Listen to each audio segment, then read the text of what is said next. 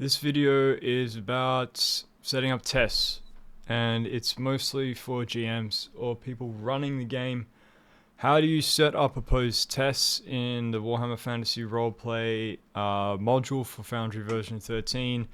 How do you do combat? How do you do tests using skills outside of combat? And a bit more about sort of in general how to run the game. What is the best way to run the game? So, as you all know, if you've read the rules in Warhammer Fantasy Roleplay 4E, most combat stuff is decided by opposed tests. This is a game that I've been running now for about 6 months. It's set in Ubersreich. Combat in Warhammer Fantasy Roleplay 4E is automated in this module mostly. So let's say that Salundra von Dreckenberg is fighting against Sergeant Liebert Huhofer. What is the first thing you're going to do when initiative starts? You're going to put them into combat. What you do is select all the tokens by dragging the mouse, select them all. You see they're both selected, then right click on them and put them into initiative. Toggle combat state to be on. Now I've got a mod that does the combat carousel tracker, but if you don't have that mod, they'll just appear here in the combat tab of Foundry, combat encounters. And they will both roll for initiative. There are different rules. This game uses alternative initiative rules, but whatever the initiative order is, it's what it is. Depends upon what you're playing. Then you click begin the encounter. Salundra will go first. How do you attack someone in the Foundry version 13 so that it automates opposed rolls? To target a token with another token, you have a token selected. So Salundra is going to go. She's going to attack Liebert. You press T while hovering over the token. Do not click on the token, because that will take me off Salundra. Keep Salundra clicked on, so there's the orange line around Salundra. And you just hover over the token without clicking and just press T. And you see how it gets the arrows going around the token. That means this token is targeting this token. Then Salundra wants to attack Liebert with her sword. Going to open the sheet of Salundra, or if you have the HUD installed, you can sort of do it from here. But that's a mod. Go and double click on Salundra to open her sheet. Go to the sword. Click the sword.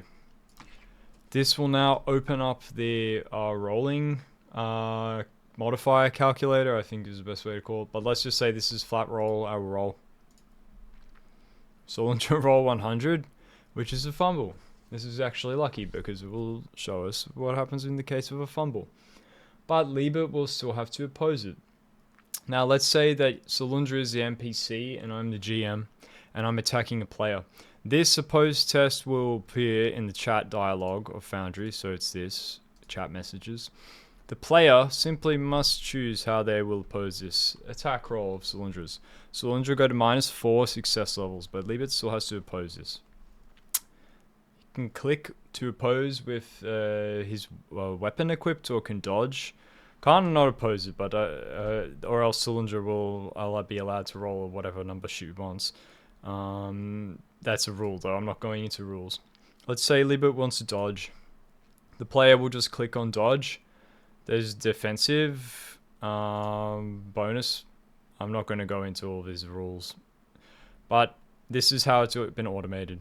So now it calculates the -4 with the -2 that Liebert rolled. Sergeant Liebert won by Salundra by 2 success levels, so Salundra will not do any damage. However, let's see what Salundra's fumble was. Now in the Foundry, when the players roll a fumble or a critical, it will appear underneath of the roll as either fumble or crit. And all you have to do is the player has to click on fumble. It will roll. Catch a part of your anatomy, lose 1 wound. Now this is not automated. You will have to do this yourself. You just go into the sheet as a GM and just take 1 hit point off. Simple enough. Some parts of this module are automated, some parts are not. It's impossible for me to tell you in a video which parts are not. You will learn as you run the game which things you need to do manually, but we've resolved this. But however, let's say Cylindra rolled critical. Let's say Cylindra rolled 11 for purposes of showing you. Liebert got critted instead of being fumbled.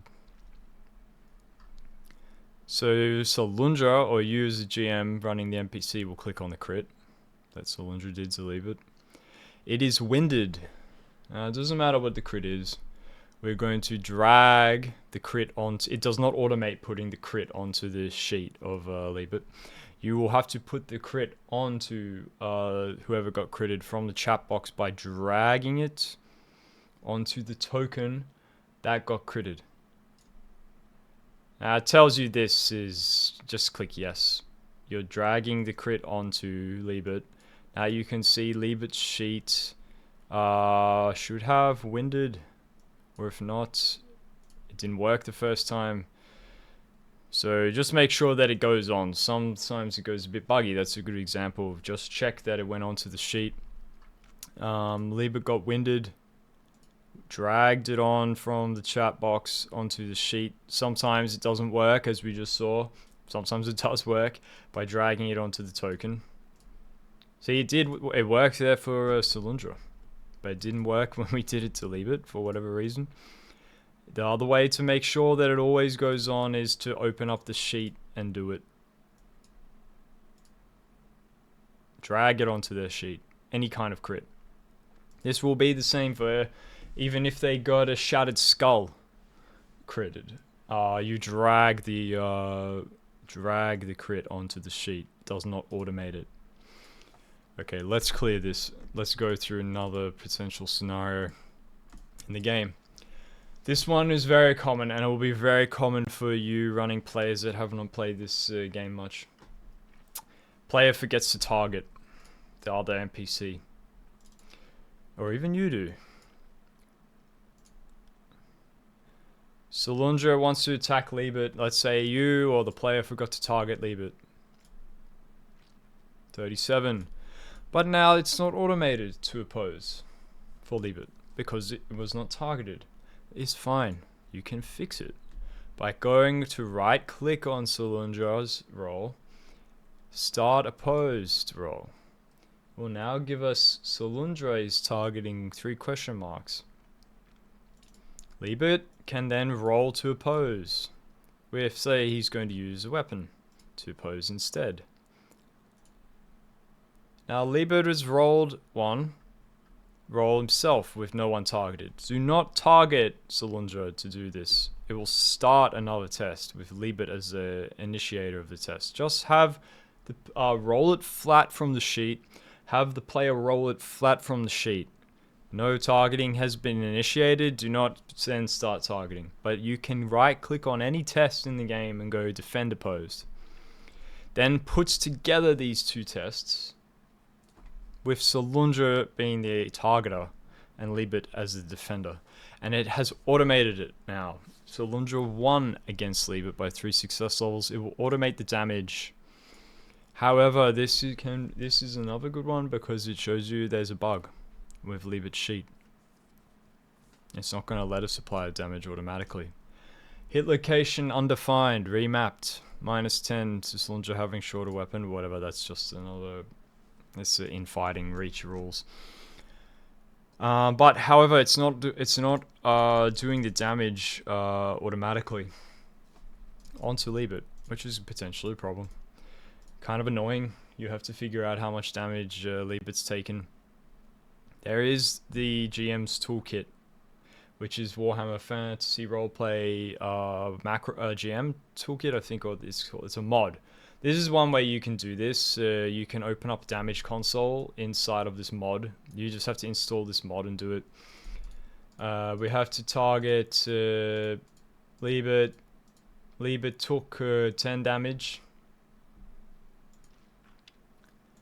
by Solundra, and it was undefined, but Solundra rolled to hit on the Liebert's primary arm, it's his right arm. And this damage console is a way that you can do stuff to fix this sort of thing.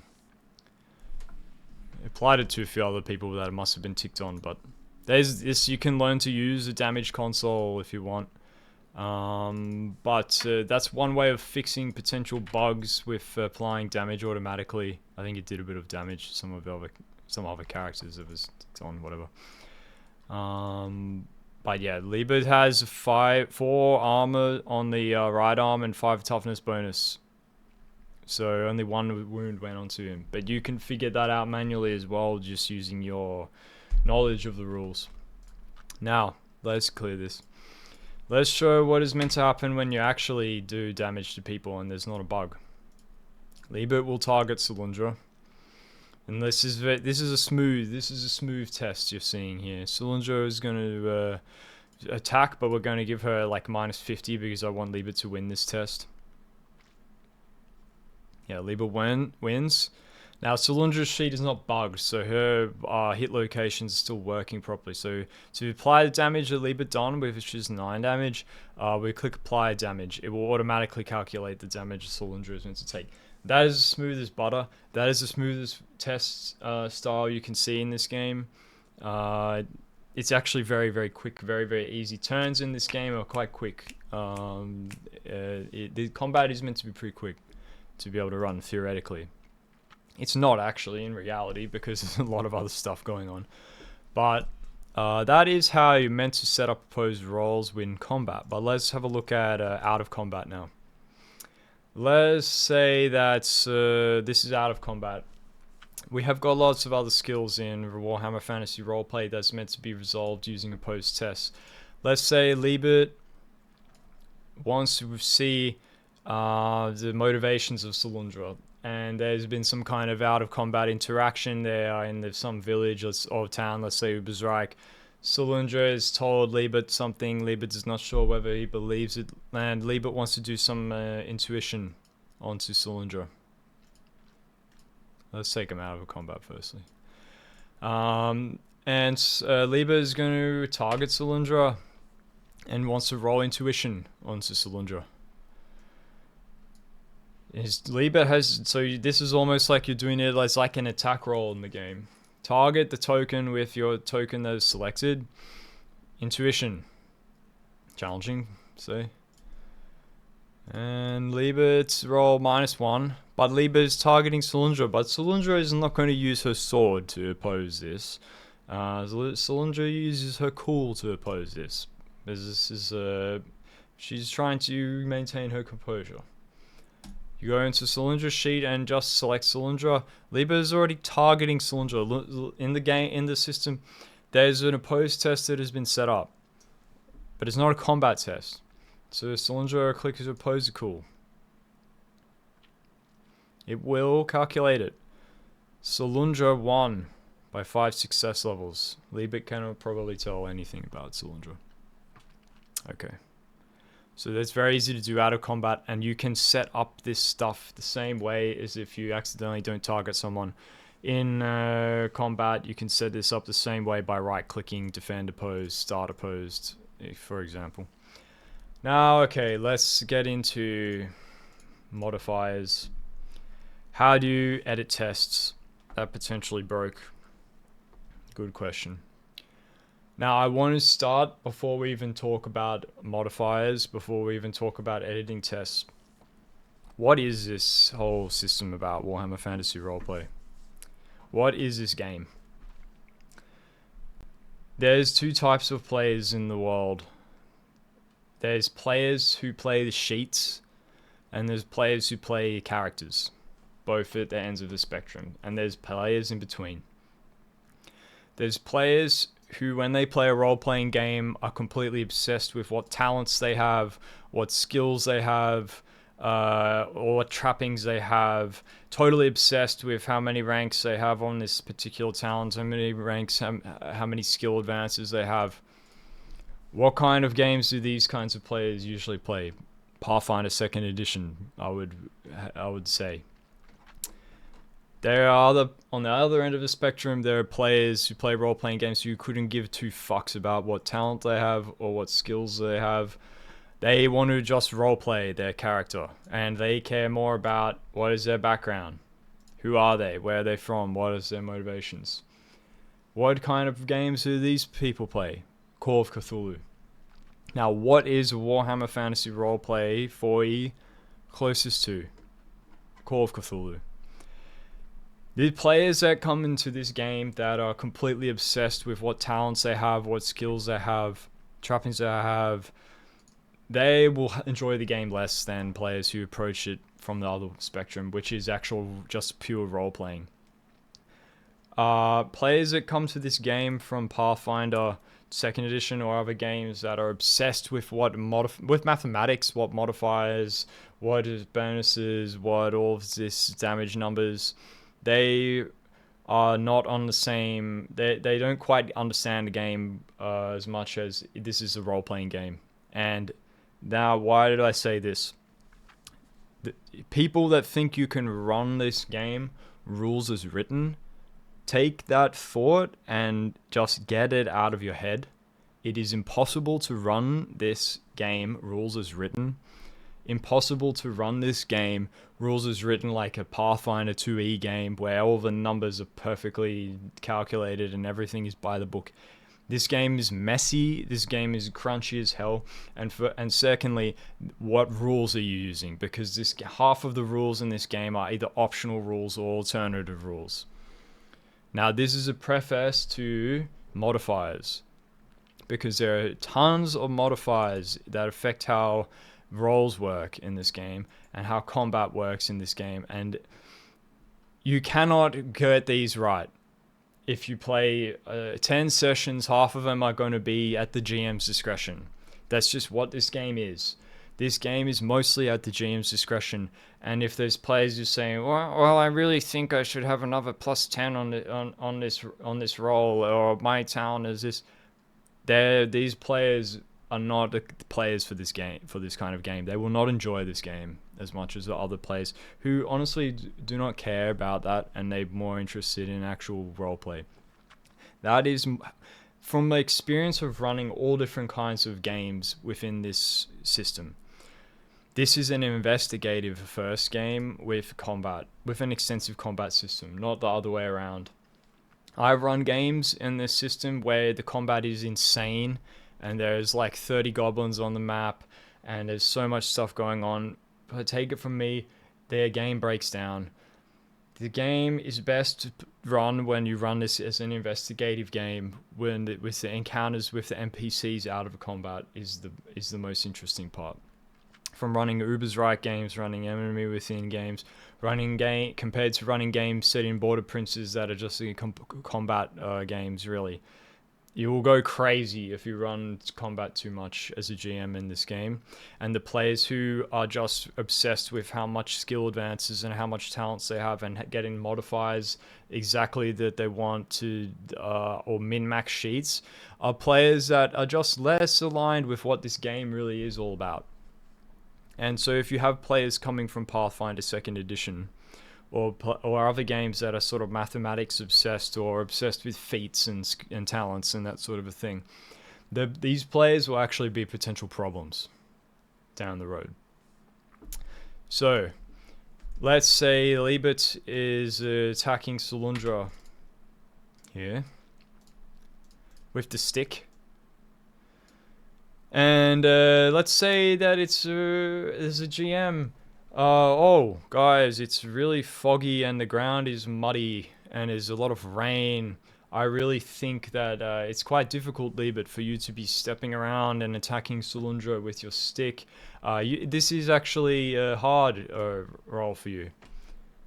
And can you see that determining a lot of these modifiers, it's up to the GM. There are guidelines in the rule books about how you can determine some of these modifiers, about whether you're giving a plus 20 or minus 20. For example, if Solundra is facing the other direction and Liebert has 3 people around him that are all helping to kill Solundra, then it's going to be a very easy test. But the thing I'm trying to communicate to you is there's no way that you can do this cleanly. You have to do this as a GM fairly enough, but it's up to you. The players have to surrender the modifiers to the GM. It's this kind of game. So modifier plus 60, and Solundra is going to defend. Okay, let's say that though you forgot actually that Solundra has some kind of modifier that should have been added to this roll. Plus 20. How do you edit these tests? You can edit any test in the game by right-clicking on the roll. Go edit test. And you can edit the test by changing the target of the roll, the success levels, or what the roll was exactly in itself. Let's say that Solundra is meant to have a plus 20 onto this roll, so the target should have been an 87. You click on there and write target 87. Submit, and it's changed it. Let's say that's Liebert actually should have had less modifier. Let's change the target. It should have been 100. It will keep editing the test. It will update the test depending upon what you edit the test to be. It will constantly change it. So you can do this an infinite amount of times. You can fix tests that you've made a mistake. Or say you get like a player saying, oh, I really think I should have a plus 20 on this test, and they're being a pain in the ass about it. Oh, fine, whatever.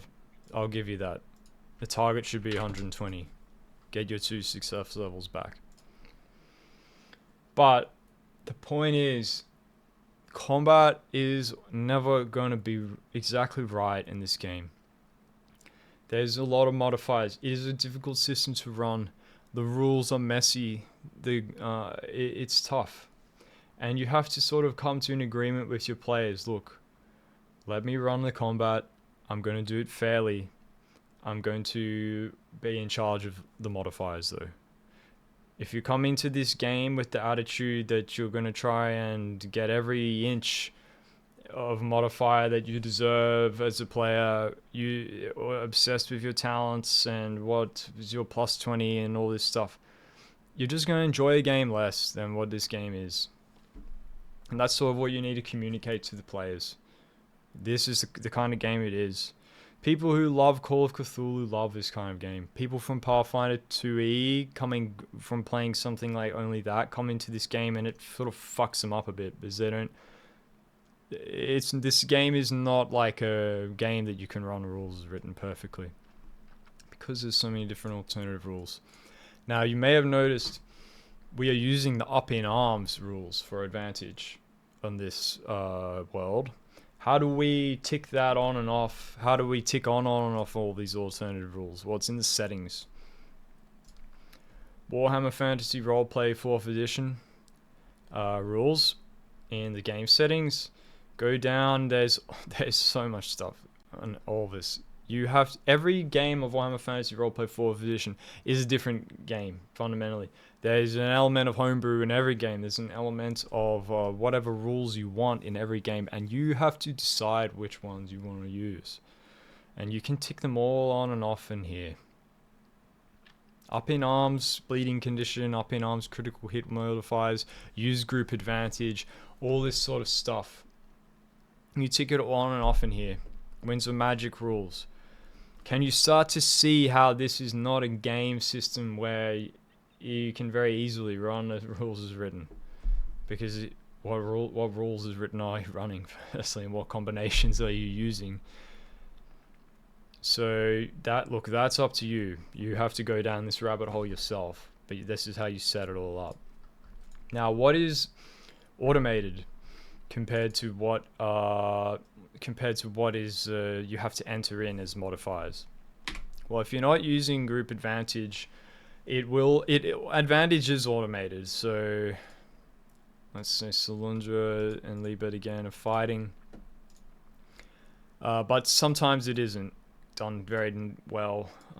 Situation is when, let's say we want Liebert to win this one, let's just have Liebert win a test against Salundra. Salundra should be actually hostile.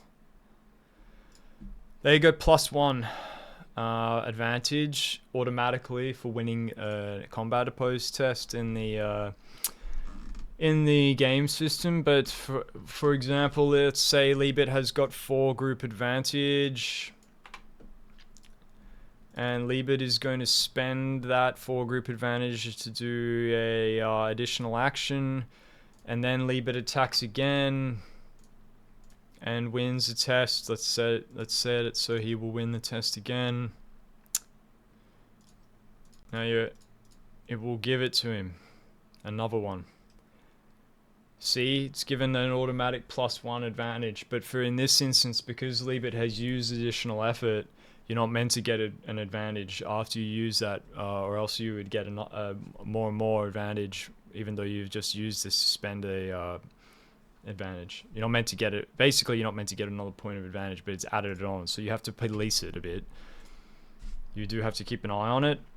It should everything should be automated for when you are using individual advantage system and you're attacking using attack rolls. It will have what advantage that Liebert has here against Salundra. It will automate it. I played in some games where it's using the classic sort of out of the starter box rules with the advantage, and it does automate it all pretty much. Now, one thing that is automated in the game is size differences and distance. Let's put a troll maybe in here. Troll is bigger than Liebert. Let's put them into combat. Okay, Liebert is smaller than the troll, and Liebert is attacking the troll. Now it will automate the modifier on the size difference because Liebert's attacking a larger enemy. You see here it's got in the modifier, and if you hover over the number, it's attacking a larger creature. Size differences are automated, and they are also automated in calculating the damage done. So something that was 2 steps larger than Liebert, if it attacked him, it will automate how much damage he's meant to take automatically. It'll double it. It will do that in the damage, apply damage. We'll also do it with size differences and various other things. Let's say that the troll is also stunned, and Liebert's going to attack it. It should actually have...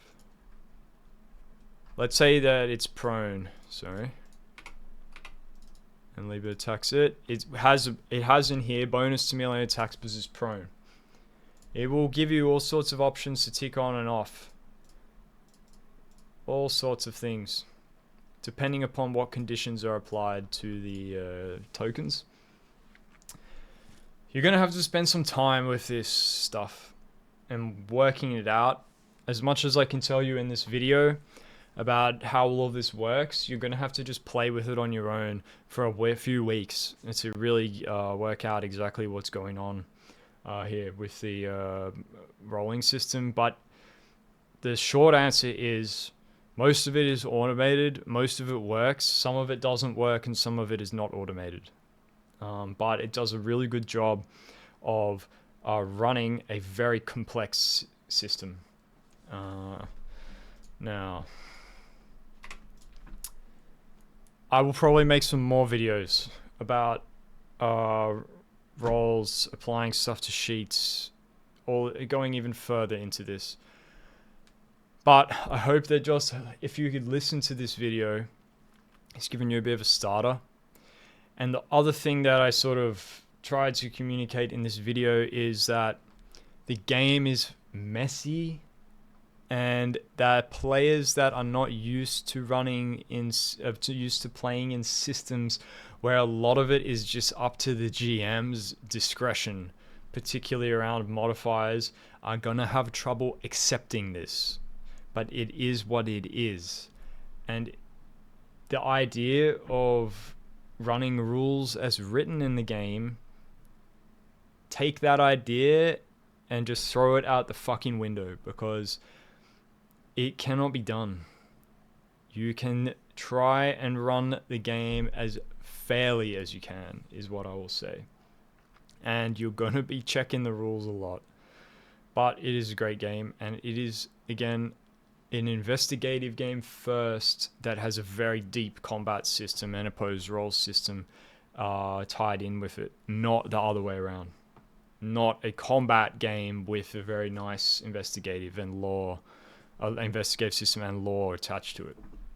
So I hope that you've enjoyed the video. I will be posting more videos to do with Foundry. There's still a lot more to go into, perhaps with conditions, critical injuries, trappings, adding things to sheets is next, and running maybe traits, talents, that sort of thing from sheets, seeing what is automated, what is not automated, is next. Then there will be videos that are maybe about magic, maybe about other systems, but I hope that this is going to give you a little bit more information about running this module. Okay.